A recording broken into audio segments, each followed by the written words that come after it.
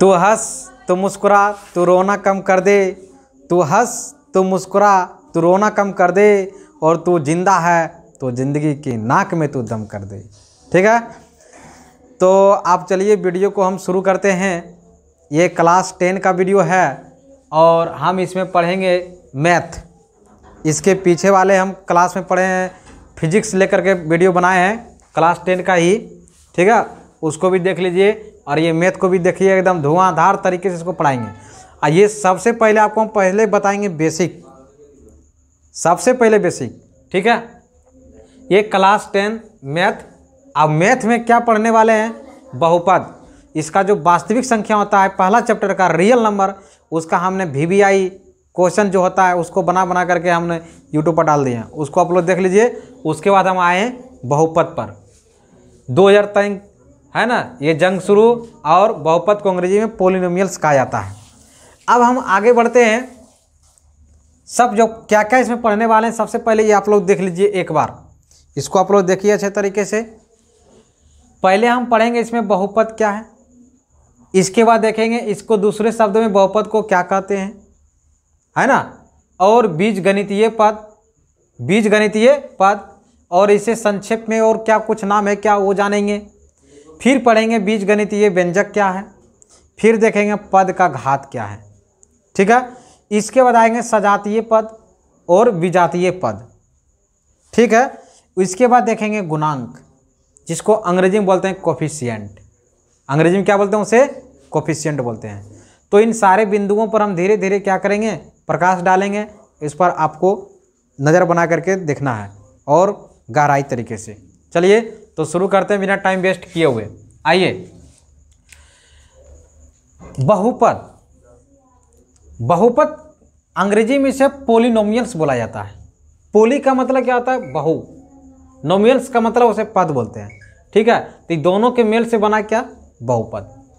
ठीक, बहुपद का आखिर परिभाषा क्या होता है? बहुपद का जो परिभाषा होता है, सटीक परिभाषा, वो परिभाषा ये होता है कि वैसे बीजगणितीय व्यंजक, वैसे बीजगणितीय व्यंजक जिसके चर का पद का घात धन पूर्णांक हो। कौन पूर्णांक हो? धन पूर्णांक हो। बहुपद किसे बोलेंगे? वैसे बीज गणितीय, वैसे बीजगणितीय व्यंजक, वैसे बीजगणितीय व्यंजक जिसके चर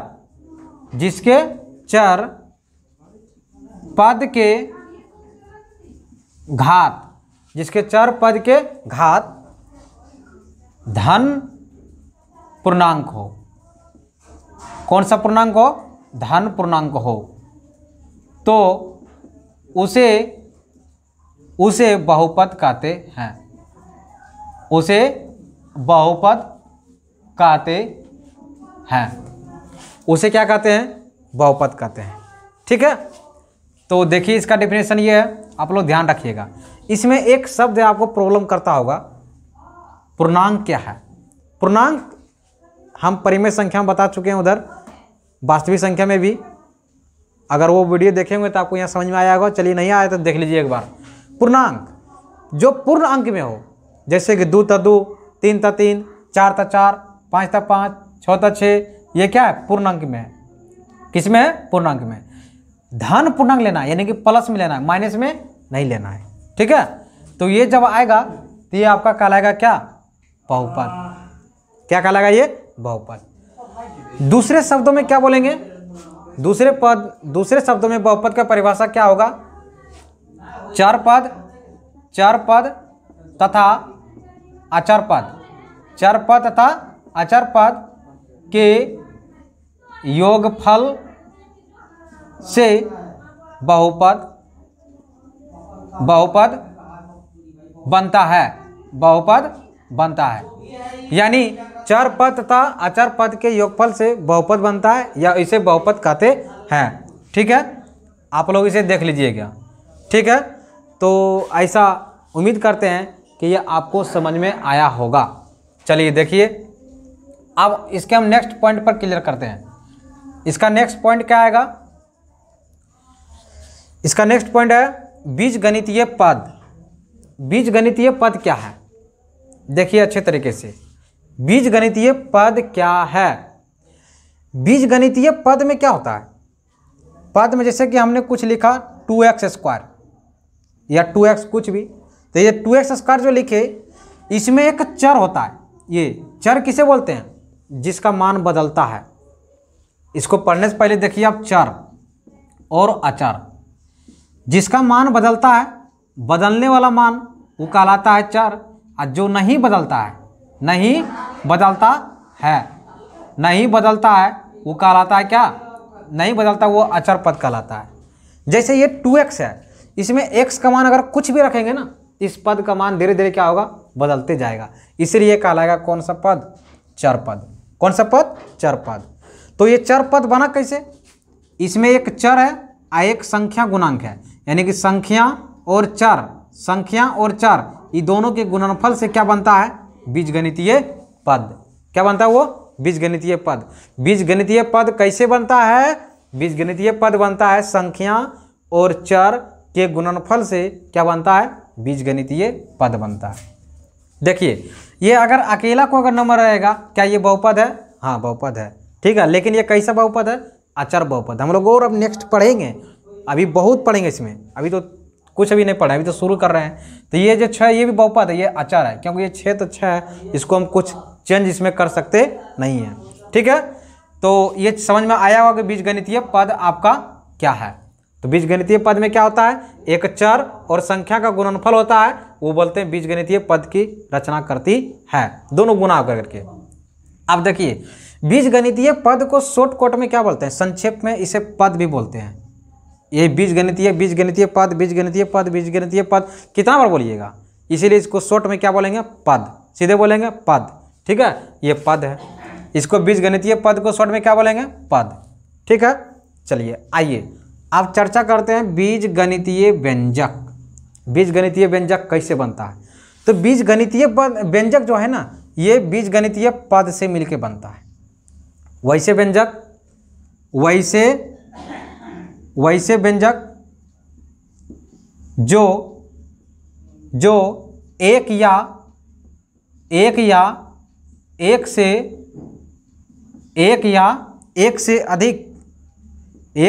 से अधिक पदों के मिलने से बनता हो या मिलने से बना हो, उसे बीजगणितीय व्यंजक कहते हैं। उसे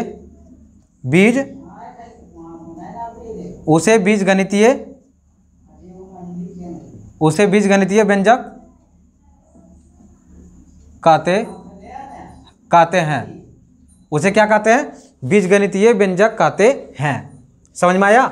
उसे बोलते हैं बीजगणितीय व्यंजक कहते हैं। बीजगणितीय पद की रचना कैसे हुई? बीजगणितीय व्यंजक की रचना हुई बीजगणितीय पद से। अगर बीजगणितीय पद है तो बीजगणितीय व्यंजक है। समझ रहे हैं ना? देखिए, अगर बीजगणितीय पद है तो बीजगणितीय व्यंजक है। अगर मान लीजिए अगर हमारे माता पिता नहीं रहते तो हम कहाँ से होते? ठीक उसी प्रकार अगर ये बीजगणितीय पद है तो बीजगणितीय व्यंजक की रचना हुई। ठीक, अगर ये नहीं रहता तो ये नहीं होता। समझ में आ गया को? ठीक है, इसीलिए यहाँ लिखे हैं वैसे व्यंजक जो एक या एक से अधिक पदों के मिलने से बना हो, उसे बोलेंगे क्या? बीजगणितीय व्यंजक। अब आइए यहाँ पद का घात। जैसे कि ये बीजगणितीय पद को शॉर्टकट में क्या बोलते हैं? पद। इनमें से किसी का उदाहरण ले लीजिए, जैसे कि 6x है, तो ये 6x है, इसका जो चर है, चर पर जो घात होता है, घात यहाँ पर अगर 1 है तो ये हुआ 1, अगर इसी में अगर रहेगा यहाँ पर 2 रहेगा तो ये 2, तो ये ऊपर में जो रहता है ना पावर, ये पावर ही कहलाता है आपका क्या? घात। ये आपका घात है। या 6x पर पावर कितना है? 8, तो ये आपका क्या हुआ? ये घात कहलाया। घात किसका घात कहलाया? इस पद का घात कहलाएगा। इस पद में अगर कोई और अचर गुणांक है, जैसे कि 3x² और y पर पावर 3 है ना। तो इसमें देखिए x भी है, क्योंकि x का मान कुछ भी रखेंगे तो पूरे पद का मान बदल जाएगा, y का मान भी कुछ रखेंगे तो पूरे पद का मान ही बदल जाएगा।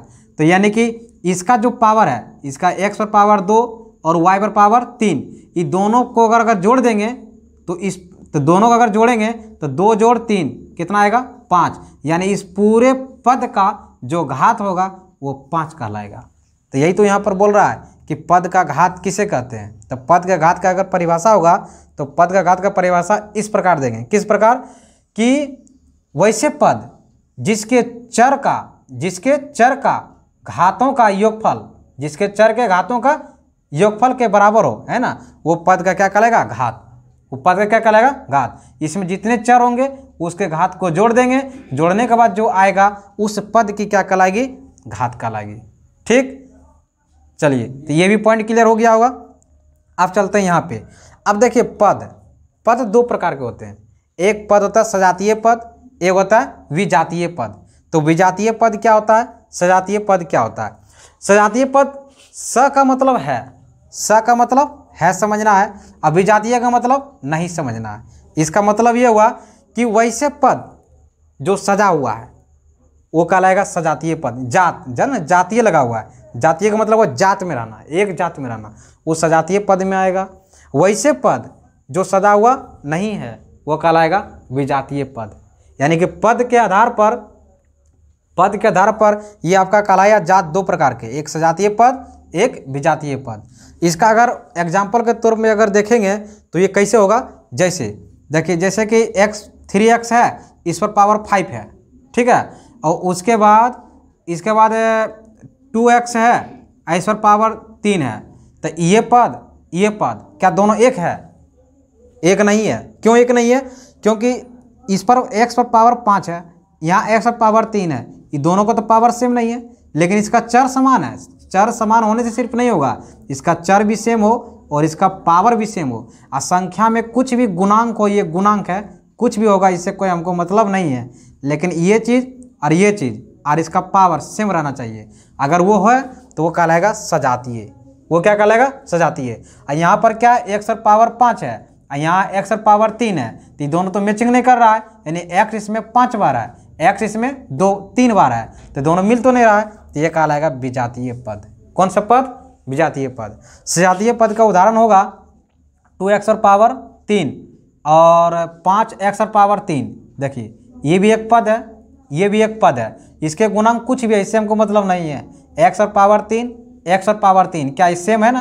बिल्कुल सेम है, तो ये कहलाएगा आपका सजातीय पद। कैसा पद कहलाएगा? ये सजातीय पद कहलाएगा।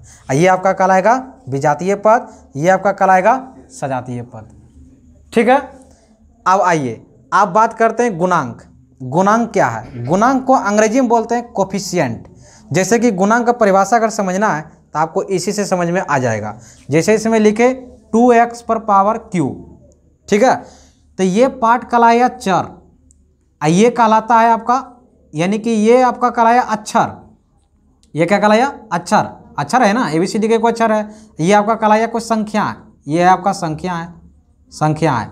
यानी कि चर पद के साथ, यानी कि चर के आगे या तो संख्या में गुना हो या तो अक्षर में गुना हो, वो कहलाएगा आपका क्या?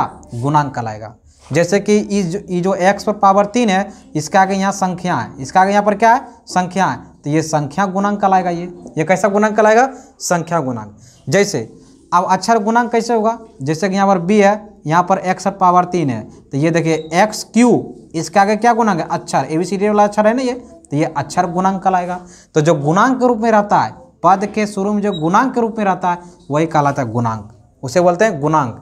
गुणांक किस रूप में रहता है? गुणा के रूप में रहता है। गुणांक गुणांक के रूप में रहता है। ठीक है, तो चलिए इस वीडियो में बस इतना ही। अब फिर हम नेक्स्ट वीडियो में लाएंगे नेक्स्ट इसका और डिटेल। ये अभी सिर्फ इसका पॉइंट था, ऐसा बात नहीं है कि ये बहुपद पूरा खत्म हो गया है। इसके बाद बहुत सारा पॉइंट है। इसके बाद हम पढ़ेंगे बहुपद का वर्गीकरण, पद के आधार पर, एक पदी, द्विपदी, तीन पदी, और उसके बाद पढ़ेंगे घात के आधार पर। घात के आधार पर होगा रेखिक बहुपद, दो घात रहेगा द्विघाती बहुपद, तीन घात रहेगा त्रिघाती बहुपद, चार घात रहेगा चतुर्थघाती बहुपद, फिर आएगा शून्यघाती बहुपद। इस प्रकार आगे बढ़ते बढ़ते फिर पढ़ेंगे हम लोग कि बहुपद पहचानने का तरीका जानेंगे कि अगर कौन बहुपद है कौन बहुपद नहीं है, उसको देख करके आंसर देना सीधा, कि बहुत सारा एग्जाम्पल में दिया हुआ रहेगा, इसको आपको बताना है कि बताइए ये बहुपद है या नहीं। जैसे ये 6 से लिखा हुआ है, क्या ये बहुपद है? 5 ये बहुपद है? हाँ है, हम तो बोल रहे बहुपद है, लेकिन कैसे है ये सब का जानकारी हम लोग नेक्स्ट वीडियो में करेंगे। इस वीडियो में इतना ही, छोटा वीडियो इसलिए बनाते हैं क्योंकि आपको कोई तरह की सुविधा नहीं हो और आप उसको अच्छे तरीके से आप क्या कर लीजिएगा, देख लीजिएगा। चलिए, जय हिंद, जय भारत।